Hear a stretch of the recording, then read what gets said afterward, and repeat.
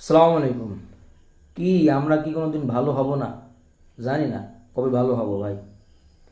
কারণ দেখেন, আমি এই যে লাইভটা করতেছি যখন, এইরকম এর 1 থেকে 1.5 ঘন্টা আগে